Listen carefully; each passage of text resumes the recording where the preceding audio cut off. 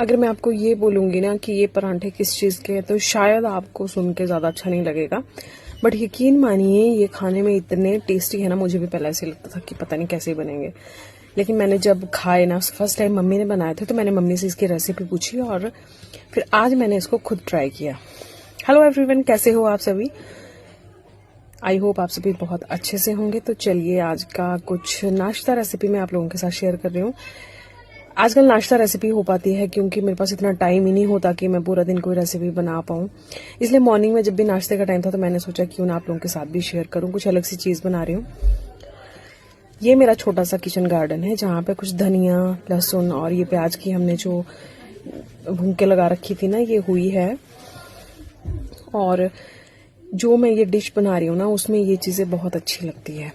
तो हमने सबसे पहले ले लेना है अरबी। अरबी के जो ये बड़े बड़े साइज़ की अरबी होती है ना, हमने इसे लेना है और 1-2 सीटी में इसे पका लेना है। इसे हमने बहुत ही गलाना नहीं है, थोड़ा हार्ड रहना। और ये जो ये है ना, ये दाल पीसी हुई है, ये है कुल्थ की दाल।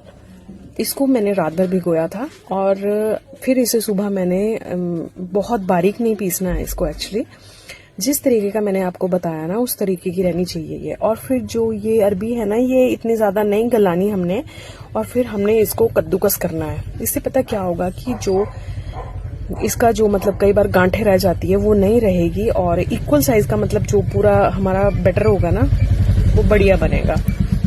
फिर हमने ये जो दाल और ये अरबी को हमने कद्दूकस किया है ना, उसे बहुत अच्छे से मिक्स कर देना है।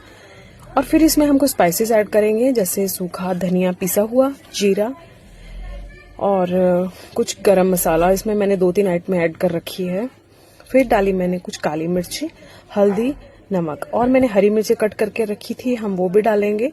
मोटे मोटे स्लाइसेस में कट किए क्योंकि अगर बच्चों को अच्छी ना लगे तो उसे निकाल भी सकते हैं। साथ में खूब सारा हरा धनिया और अदरक को भी बहुत अच्छे से कद्दूकस करके डाला है मैंने, और इसे बहुत अच्छे से मिक्स कर लेंगे। तो आप देख सकते हो कि मेरा बैटर इस तरीके का है। ये बैटर इतना बढ़िया बनता है ना कि मतलब जैसे हम आलू के परांठे बनाते हैं ना, सेम इसी तरह का रहता है ना। तो ये ज्यादा मतलब ऐसा लगता है कि कैसे परांठे बनेंगे, अरबी के मोस्टली परांठे नहीं बनते, लेकिन जब हम इसमें ये दाल ऐड कर देते हैं ना तो ये बहुत बढ़िया बैटर बन जाता है इसका। और ये जो पराठे हैं ना, ये स्पाइसी ही अच्छे लगते हैं। आप चाहो तो इसमें लहसुन और प्याज भी ऐड कर सकते हो, तो उसका भी बहुत अच्छा टेस्ट आता है, लेकिन मैंने वो स्किप किया है। तो चलिए पराठे बना लेते हैं। पहले मैंने नॉर्मल साइज के पराठे जैसे भी हम बनाते हैं गोल शेप में, उस तरीके से मैं बनाना सिखाऊंगी। इसको ना बाहर एकदम से निकल जाता है वैसे इसका स्टफ, लेकिन पहले अगर हम जो इसकी साइड्स है बहुत अच्छे से दबा दबा के बनाएंगे ना तो बहुत ही बढ़िया बन जाता है। अगर इस तरीके के भी ना बने तो इसको हम तिकोनी शेप में भी बना सकते हैं। उसमें पता क्या होता है, पतला सा भी बनेगा और अच्छा भी लगता है वो। मुझे ना ये वाला अच्छा लगता है इस तरीके का। ये बनते भी फटाफट से हैं और ज्यादा एफर्ट्स करने की जरूरत नहीं पड़ती, और जो इसकी स्टफिंग बाहर निकलती है ना वो भी नहीं निकलती। मेरे लिए ये सबसे इजी वाला काम है और बन भी फटाफट से गए। सुबह सुबह ना बहुत सारे काम होते हैं, इसलिए इतना टाइम ही नहीं होता कि कोई रेसिपी बनाऊं या ये करूं, लेकिन मैं अपनी तरफ से कोशिश करती हूं कि मैं आप लोगों के साथ शेयर करूं।